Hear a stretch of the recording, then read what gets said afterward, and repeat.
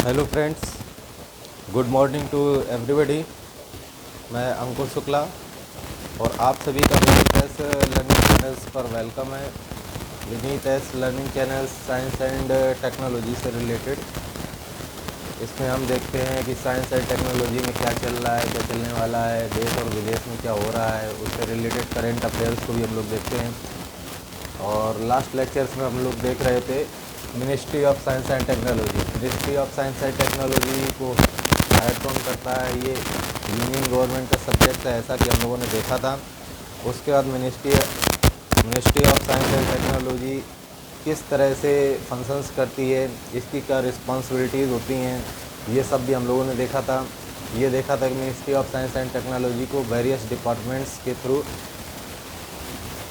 Head किया जाता है। उन डिपार्टमेंट्स के बारे में हम लोगों ने देखा था। Ministry of science and technology के डिपार्टमेंट्स जो कि होते हैं, देखा था। Departments of science and technology के बारे में देखा था। Departments of science and technology का रोल्स क्या होता है, उनके फंक्शंस क्या होते हैं, और उसके वेरियस इंस्टीट्यूट्स जो कि एफिलिएटेड रहते हैं departments of science and technology को, उनको देखा था। और साथ में ये भी देखा था कि उनकी लोकेशंस कहाँ कहाँ हैं। जैसे कि ये departments of science and technology की जो भी इंस्टीट्यूट्स हैं पूरे कंट्री में हर जगह लोकेटेड हैं, बहुत सारे इंस्टीट्यूट्स हैं, तो उनकी लोकेशंस को देखा था कि कौन सा इंस्टीट्यूट किस लोकेशन पर है। उसके बाद हम लोगों ने देखा था departments of scientific and industrial research. Departments of scientific and industrial research में हम लोगों ने देखा था कि इसका क्या फंक्शंस होता है, इसका क्या रोल होता है, और ये इस किस फील्ड में मोस्टली ये काम करता है। तो जब हम departments of scientific and industrial research देख रहे थे तो हमने उससे जुड़े हुए वेरियस इंस्टीट्यूट्स एंड लेबोरेटरीज़ को देखा था। तो मुझे याद है कि मैंने departments of scientific and industrial research की 39 लेबोरेटरीज़ को आपको बताया था।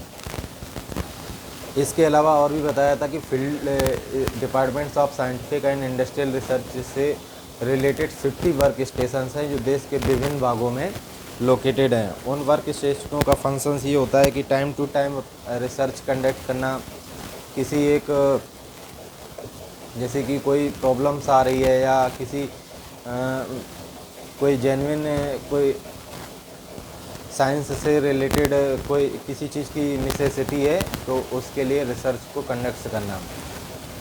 तो जब हम departments of scientific and industrial research देख रहे थे तो हमने बताया था एक इंस्टीट्यूट से एक लेबोरेटरी बताई थी।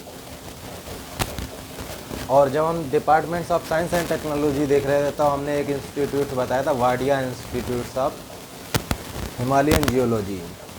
तो मैंने ही बताया था कहाँ पे लोकेटेड है।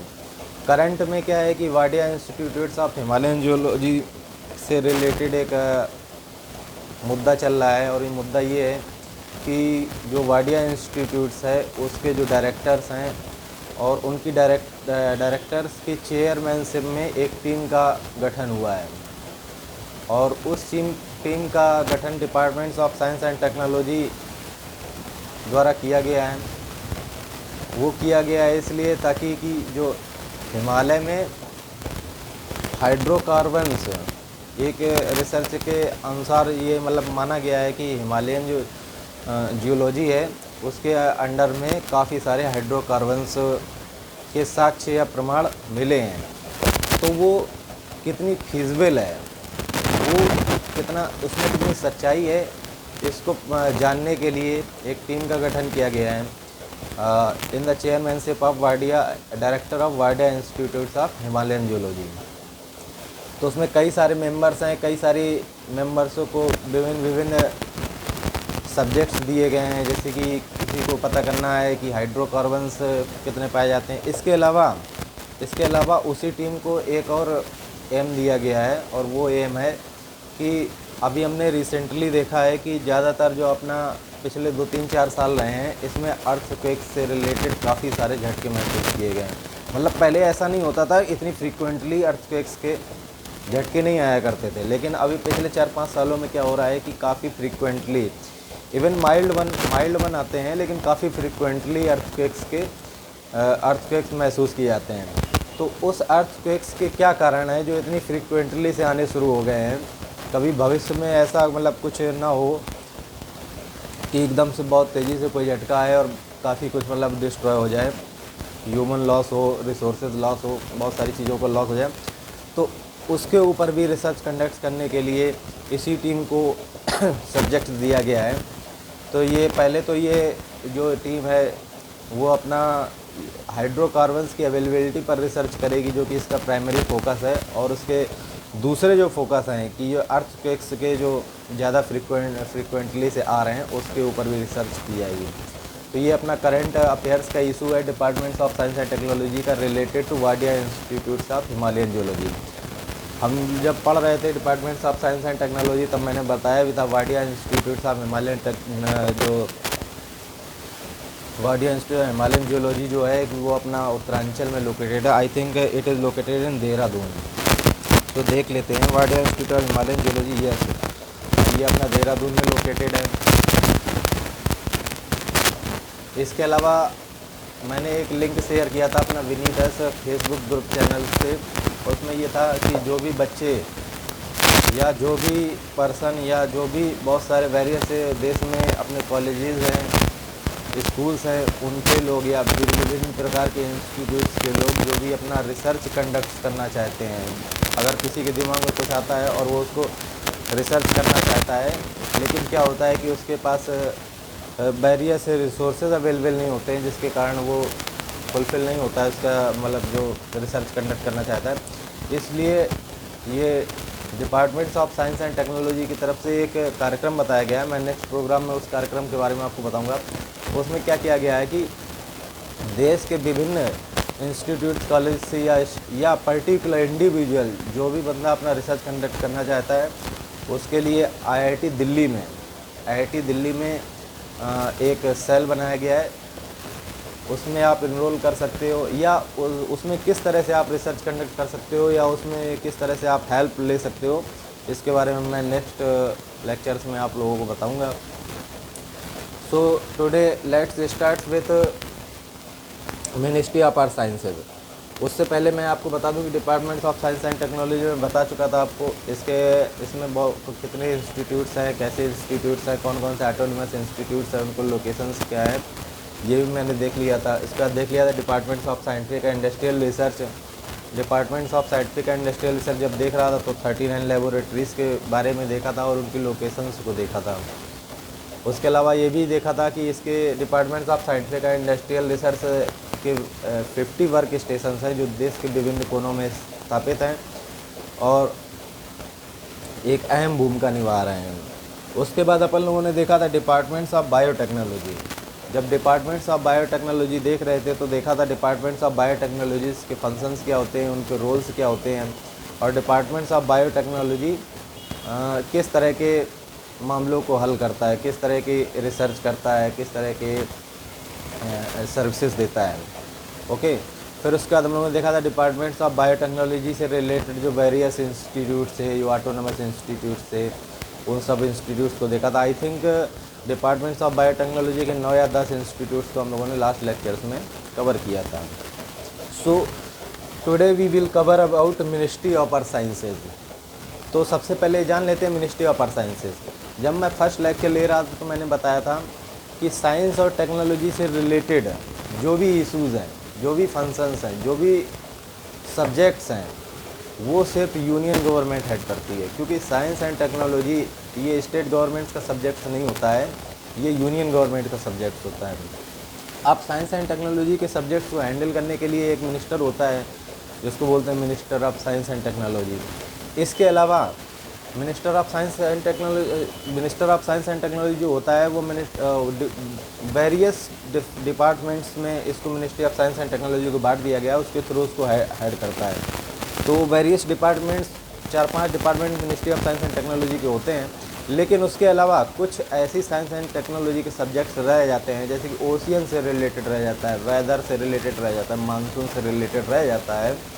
तो उसको हेड करने के लिए एक सीपरेट मिनिस्ट्री है and that ministry is ministry of earth sciences, जो कि अर्थ से रिलेटेड सारे सब्जेक्ट्स हैं उसको हेड करती है। तो साइंस एंड टेक्नोलॉजी के जो भी सब्जेक्ट्स होते हैं, दो मिनिस्ट्री के, हम ये कह सकते हैं कि दो मिनिस्ट्री के थ्रू हेड होते हैं। First is ministry of science and technology, second is ministry of earth sciences. अब मिनिस्ट्री ऑफ अर्थ साइंसेज का रोल्स क्या होता है, उनके फंक्शंस क्या होते हैं। मिनिस्ट्री ऑफ अर्थ साइंसेज जो प्राइमरीली बनाई गई है, वो बनाई गई है अर्थ से रिलेटेड इश्यूज़ को सॉल्व करने के लिए। अब अर्थ से रिलेटेड इश्यूज़ क्या होते हैं, अर्थ से रिलेटेड इश्यूज़ होते हैं जैसे कि अपना ओशियन से रिलेटेड टेक्नोलॉजी हो गई, ठीक है, क्लाइमेट से रिलेटेड टेक्नोलॉजी हो गई, मानसून से related technology. Ministry of earth sciences का एक प्राइमरी रोल ये होता है कि वेदर की फोरकास्टिंग करना। आज कहाँ पर बारिश होने वाली है, कितनी बारिश होने वाली है, और ये अपना क्लाइमेट में कितनी ह्यूमिडिटी है वगैरह वगैरह, या अपना ट्रॉपिकल मानसून्स कैसा है, इसमें चेंजेस कैसे होते हैं, कौन कौन से फैक्टर्स इसको कॉज करते हैं, कौन कौन से फैक्टर्स को कॉज करके चेंज करते हैं। ये सारे जो भी अपना सब्जेक्ट्स हैं, इन सारे सब्जेक्टों को ministry of earth sciences head करती है। तो सबसे पहले मैं एक चीज़ बताऊंगा, बहुत सारे लोग ये पूछते हैं कि एक टर्म होता है अपना क्लाइमेट। एक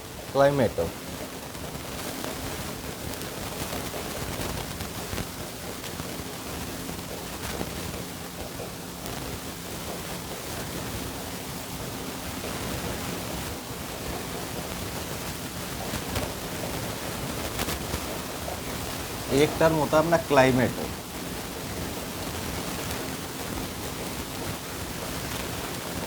और दूसरा टर्म होता है अपना मानसून।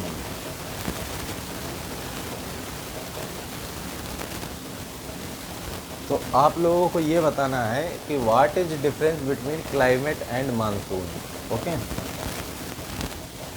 या फिर ये दोनों सेम ही होते हैं, कुछ हम कोई भी टर्म यूज़ कर सकते हैं।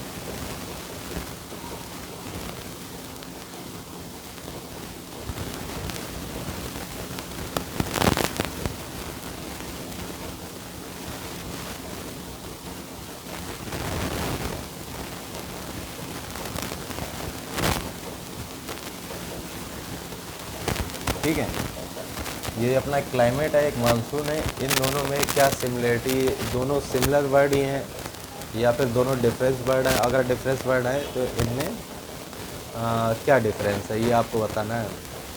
मैं एक चीज़ और बता दूं कि ज़्यादा से ज़्यादा अपने चैनल को सब्सक्राइब करना है, ताकि अपना जैसे भी कोई नया नोटिफिकेशन आता है, जैसे भी कोई नई जानकारी आती है साइंस एंड टेक्नोलॉजी से रिलेटेड, तो आप तक जल्दी से जल्दी पहुंचेगी। अगर आप इसको चैनल को सब्सक्राइब करते हैं, बेल आइकन की घंटी भी बजाते हैं, और यहाँ जो सारी जानकारी वो साइंस एंड टेक्नोलॉजी से रिलेटेड है, तो वो आपकी लाइफ में कहीं ना कहीं काम आने वाली है। अगर आप स्टूडेंट्स हैं तो ऑब्वियस सी बात है साइंस एंड टेक्नोलॉजी एक करेंट अफेयर्स का भी सब्जेक्ट रहता है। अगर आप वेरियस कॉम्पिटिटिव एग्जामिनेशंस देने जाते हैं तो उसमें कुछ ना कुछ साइंस एंड टेक्नोलॉजी से रिलेटेड क्वेश्चंस रहते हैं, तो आई होप आपको बहुत सारी मदद मिलेगी। क्योंकि मैंने देखा है कि जो भी कॉम्पिटिटिव एग्ज़ाम्स होते हैं उसमें साइंस एंड टेक्नोलॉजी के बहुत सारे क्वेश्चन रहते हैं। मोस्टली क्या होता है कि जो अपना हल्के लेवल के एग्ज़ाम होते हैं, जैसे कि जो कमीशन के एग्ज़ाम नहीं होते हैं, तो नीचे के एग्ज़ाम होते हैं, एसएससी का हो गया या वेरियस रेलवे का हो गया, एयरफोर्स का हो गया, तो उसमें क्या होता है कई दफ़े अपने साइंस एंड टेक्नोलॉजी से रिलेटेड विभिन्न जो इंस्टीट्यूट्स हैं, लेबोरेटरीज़ हैं, उनके बारे में पूछते हैं, उनके लोकेशंस के बारे में पूछते हैं। तो आई होप आप सभी अगर जानेंगे तो वहाँ पे आंसर भी दे सकेंगे। इसलिए अपने चैनल को सब्सक्राइब कीजिए, बेल आइकन की घंटी को दबाइए, सपोर्ट कीजिए, ताकि हमें भी इंटरेस्ट बना रहे आपको बहुत सारी जानकारियाँ, नई नई जानकारियाँ देने का, और आप भी कुछ नई जानकारियाँ ले सकें। तो today let's to start with ministry of earth sciences. Ministry of earth sciences, okay, ministry of earth sciences. ये जैसा कि मैंने बताया, ये एक सीक्रेट मिनिस्ट्री होती है, ministry of science and technology, और ये दूसरी होती है मिनिस्ट्री ऑफ अर्थ साइंसेज, ये सीक्रेट मिनिस्ट्री होती है। सो मिनिस्ट्री ऑफ अर्थ साइंसेज के फंक्शंस क्या होते हैं, ये रिस्पॉन्सिबिलिटी क्या होती है।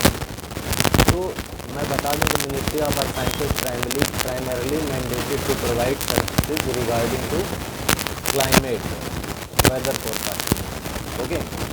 तो मिनिस्ट्री ऑफ अर्थ साइंसेज का जो फर्स्ट एंड फॉरमोस्ट रिस्पॉन्सिबिलिटी है वो वेदर फोरकास्टिंग से रिलेटेड सर्विसेज को प्रोवाइड कराने के लिए है, और मानसून से रिलेटेड सर्विसेज को प्रोवाइड कराने के लिए होता है। उसके बियॉन्ड ये होती है अपनी क्लाइमेट सर्विसेज को प्रोवाइड कराने के लिए, ठीक है। इसके अलावा मानसूनल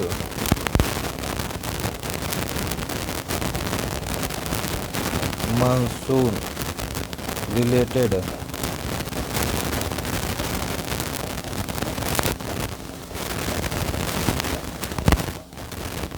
रिसर्च एंड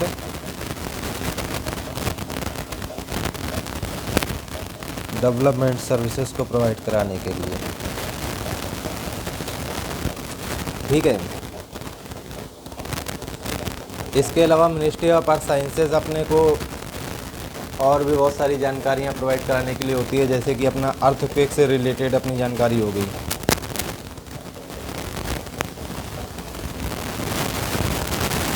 अर्थक्वेक से रिलेटेड जानकारी प्रोवाइड कराने के लिए होती है।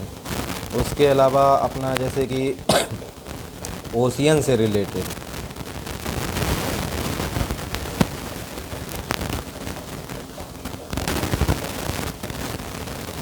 इसको ओशियन से रिलेटेड है, इसको ओशियनोलॉजी लिख दिया है। ओशियनोलॉजी इसलिए लिख दिया है क्योंकि ocean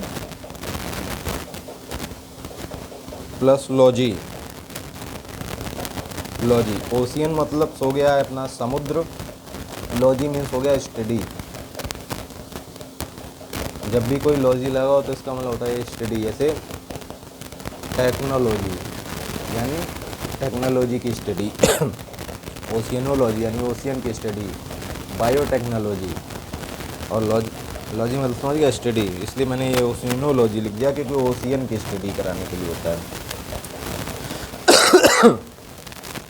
So Ministry of Earth Sciences is mandated to provide the nation with best possible services in the field of climates, monsoons and other weather parameters, state of oceans, earthquakes, tsunamis and other phenomena related to earth system through well integrated programs. Okay, so this is the functions of ministry of earth sciences. इसके अलावा क्या होता है, the ministry of earth sciences also deals with science and technology to exploration and exploitations of oceans. अब oceans का exploration और exploitations का मतलब क्या है, exploration and exploitations of living as well as non living organism. Oceans में क्या है, मैं आपको बता दूं, ओशियंस में जो डाइवर्सिटी है वो अर्थ की डाइवर्सिटी से कहीं ज़्यादा है। तो उसमें जो ओशियंस में जो लिविंग ऑर्गेनिज्म पाए जाते हैं, जो नॉन लिविंग ऑर्गेनाइज पाए जाते हैं, वेरियस रिसोर्सेज पाए जाते हैं। मतलब ओशियंस जो होता है वो अपना रिसोर्सेज से बहुत ज़्यादा भरा हुआ होता है। तो उसके बारे में खोज एंड खबर करना भी मिनिस्ट्री ऑफ अर्थ साइंसेज का फंक्शंस होता है, जो कि मोस्ट इम्पोर्टेंट फंक्शंस है। इसके अलावा ministry of earth sciences also do research for Antarctic, Arctic and south oceans. So we can say ministry of earth sciences play nodal role for Antarctic, Arctic and southern oceans. Okay, उसके बाद third one most important function of ministry of earth sciences का क्या होता है, the ministry's mandate is to look after atmospheric sciences, ocean and technology and seismology in an integrated manner. Integrated का मतलब होता है जब हम विभिन्न टेक्नोलॉजी के और विभिन्न फीचर्स को साथ में ऐड करके, मतलब 2 टेक्नोलॉजी 3 टेक्नोलॉजी है उनको साथ में ऐड करके के जब हम कोई न्यू टेक्नोलॉजी बनाते हैं तो उसको इंटीग्रेटेड मैनर बोलते हैं। तो यहाँ पे इंटीग्रेटेड मैनर का मतलब है कि जो अपना ओशियंस की ओशियन साइंस एंड टेक्नोलॉजी जो है, जो अपना सीस्मोलॉजी है, उसको एक साथ एक दूसरे से लिंक करते हुए उसके बारे में स्टडी एंड रिसर्च करना। तो एक और इम्पॉर्टेंट चीज़ आपको बता दूं कि जो भी अपना अर्थक्वेक्स के जो कंपन होते हैं वो अपने सबसे ज़्यादा जो भी होते हैं वो ओशियंस में होते हैं, ना कि अर्थ पर। जो अर्थ पे हमको ऐसा लगता है कि अर्थक्वेक्स के जो झटके होते हैं वो अर्थ पर ही होते हैं, ज़्यादातर अर्थ पर ही होते हैं, ओशियंस में नहीं होते हैं। लेकिन ये बहुत ही मोस्ट इम्पॉर्टेंट जानकारी है कि जो अर्थक्वेक्स के जो कंपन होते हैं वो जितने अर्थ में होते हैं उससे कहीं ज़्यादा ओशियंस में अर्थक्वेक्स के झटके होते हैं, लेकिन वो माइल्ड इन नेचर होते हैं, इसलिए ज़्यादा फील नहीं होते हैं। अब हम देखते हैं मिनिस्ट्रीज़ ऑफ अर्थ साइंसेस के अंडर में कौन कौन सी यूनिट्स आती हैं या इंस्टीट्यूट्स आते हैं। मिनिस्ट्री ऑफ अर्थ साइंसेस के अंडर में वेरियस इंस्टीट्यूट कौन कौन से आते हैं, उनकी लोकेशंस क्या है, ये हम देखते हैं। उससे पहले मैं ये बता दूँ क्लाइमेट और मानसून में क्या डिफरेंस होता है। Climate is a short term and monsoon is a long term with respect to time. जैसे क्लाइमेट भी स्टडी करेगा अपना क्या है कि प्रेसिपिटेशन का स्टडी करेगा, ह्यूमिडिटी का स्टडी करेगा, लेकिन for a over a period of short term. जैसे आज का क्लाइमेट क्या है, हाँ, लेकिन जो मानसून होगा वो भी अपना स्टडी करेगा, जो फीचर्स होते हैं क्लाइमेट या मानसून से रिलेटेड, जैसे टेम्परेचर क्या है, ह्यूमिडिटी क्या है, प्रेसिपिटेशन कितना है, लेकिन ये for a longer period of time के लिए करेगा। जैसे कि हम क्लाइमेट बोलते हैं कि यहाँ नोएडा का क्लाइमेट क्या है, जैसे हम बोलेंगे कि दिल्ली का क्लाइमेट क्या है, या फिर अपना साउथ में जाएंगे तो बोलेंगे हैदराबाद का क्लाइमेट क्या है। तो जब हम इस तरह के क्लाइमेट की बात करते हैं तो हम बात करते हैं शॉर्टर पीरियड ऑफ टाइम, यानी कि आज का क्लाइमेट क्या है, आज का दिल्ली का क्लाइमेट क्या है, आज के हैदराबाद का क्लाइमेट क्या है, आज के नोएडा का क्लाइमेट क्या है। लेकिन जब हम मानसून की बात करते हैं तो ये लॉन्गर टर्म के लिए बात करते हैं, जैसे कि इंडिया का मानसून क्या है, अफ्रीका का मानसून क्या है, तो ये for a longer period of term के लिए हम बात कर रहे हैं। दूसरा जो अपना क्लाइमेट होता है ये over a smaller area work करता है, और जो अपना मानसून होता है over a larger area geographical area work करता है। जैसे कि क्लाइमेट के बारे में हम पूछेंगे कि नोएडा का क्लाइमेट क्या है, दिल्ली का क्लाइमेट क्या है, तो क्लाइमेट सिमट के रह गया नोएडा तक, क्लाइमेट सिमट के रह गया दिल्ली तक।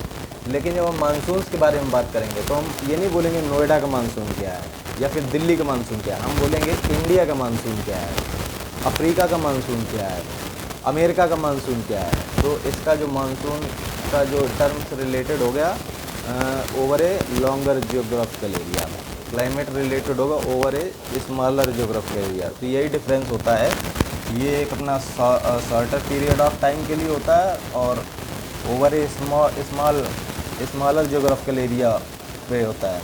और जो मानसून होता है वो अपना for a longer period of time होता है और over a larger geographical area के बारे में बताता है। तो that is the difference between climate and monsoon. Now कुछ यूनिट्स या कुछ इंस्टीट्यूट देखते हैं जो मिनिस्ट्री ऑफ अर्थ साइंसेस से रिलेटेड है। तो पहला है Indian meteorological department.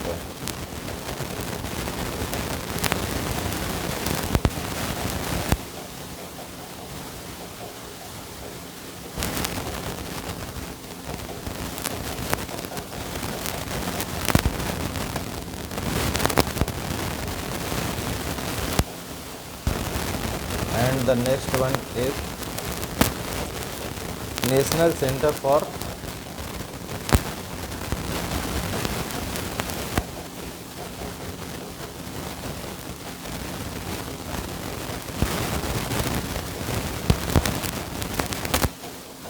Medium Range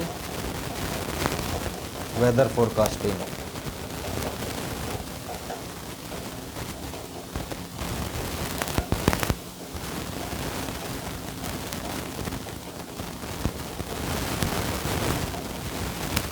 ये अपना जो इंस्टीट्यूट है national centre for medium range weather forecasting, ये it is located at Noida UP. Okay, इसके बाद अपना थर्ड वन है Indian institute of tropical metrology.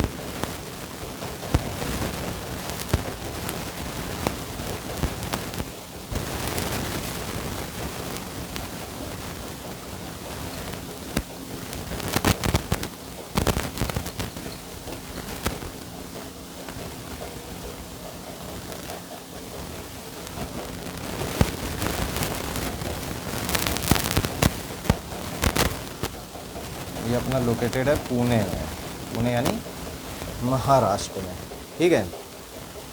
तो first one Indian meteorological department, second is national centre for medium range weather forecasting and at located Noida, in third one is Indian institute of tropical meteorology located at Pune.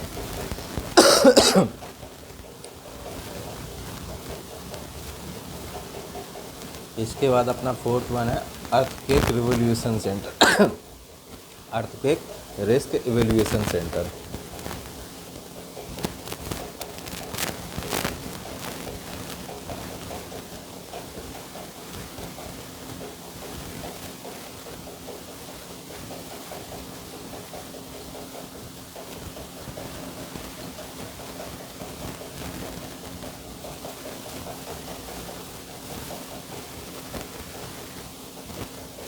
Earthquake risk evolution centre,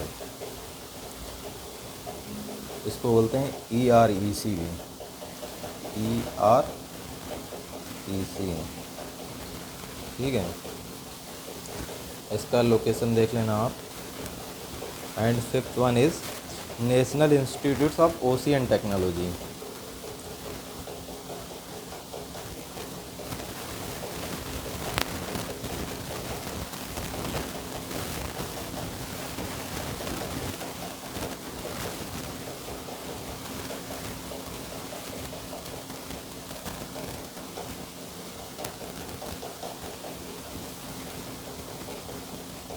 national institute of ocean technology and it is located at Chennai. मुझे लगता है ये national institute of ocean technology किसी एक exams में इसकी locations को पूछा गया है। So it is located at Chennai. So ये 5 हमने देख लिए, 5 इंस्टीट्यूट्स या लेबोरेटरीज जो कि मिनिस्ट्री ऑफ साइंस से रिलेटेड है। इसको रिकैप करते हैं। Indian meteorological departments first one, and second one is national centre for medium range weather forecasting and it is located at Noida in Uttar Pradesh. Third one is Indian institute of tropical meteorology Pune. Fourth one is earthquake risk evolution centre, it is also turn as EREC। And the fifth one is national institute of ocean technology and it is located at Chennai.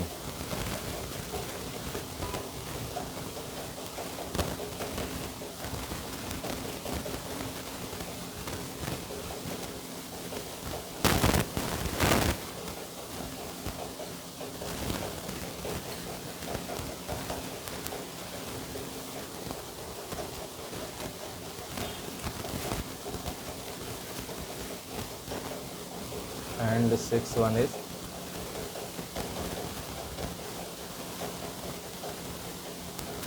National centre for Antarctic research.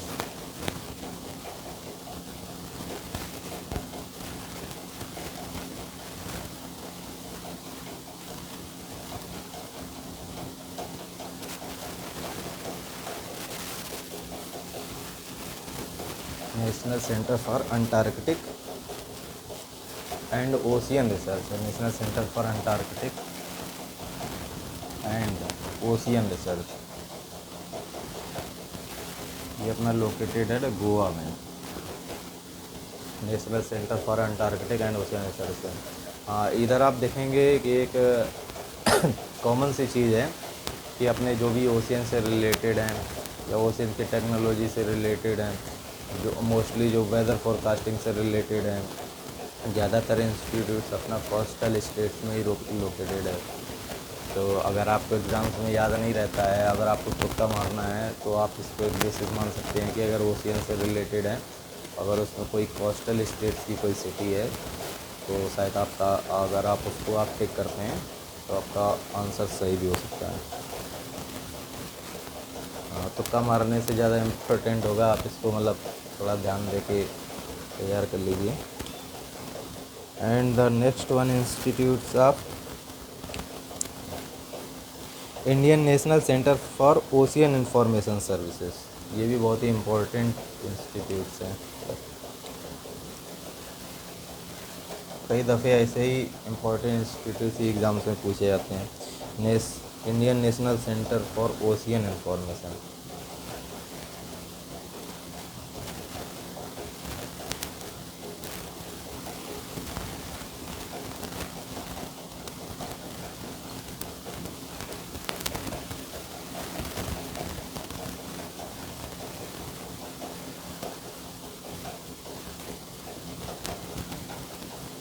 Indian national centre for ocean information and services.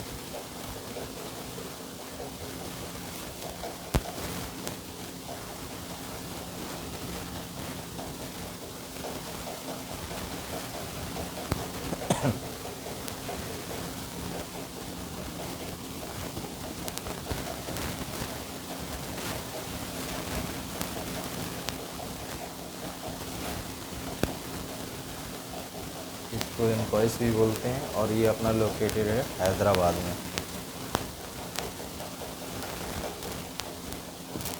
ये important है, Indian national centre for ocean information services. News में बना रहता है कुछ ना कुछ इसका, इसलिए। And the 8th one is integrated coastal and marine area management project directorate.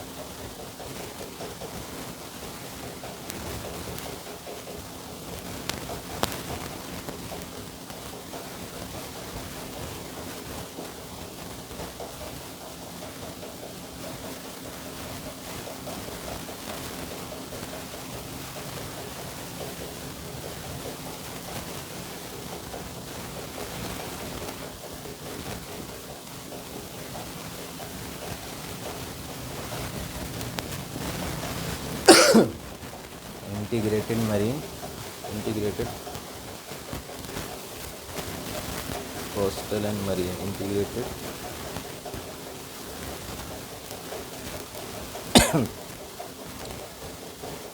ये अपना integrated coastal and marine area management directorate. तो सेम चीज़ ये integrated marine and coastal area management directorate ये अपना लोकेटेड है चेन्नई में। कुल मिला के इस इंस्टीट्यूट का फंक्शन है मरीन और कोस्टल एरिया के मैनेजमेंट्स को देखना। And 9th one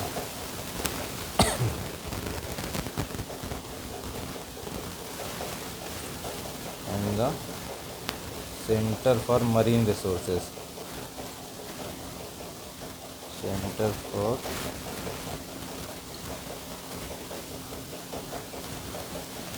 marine living resources.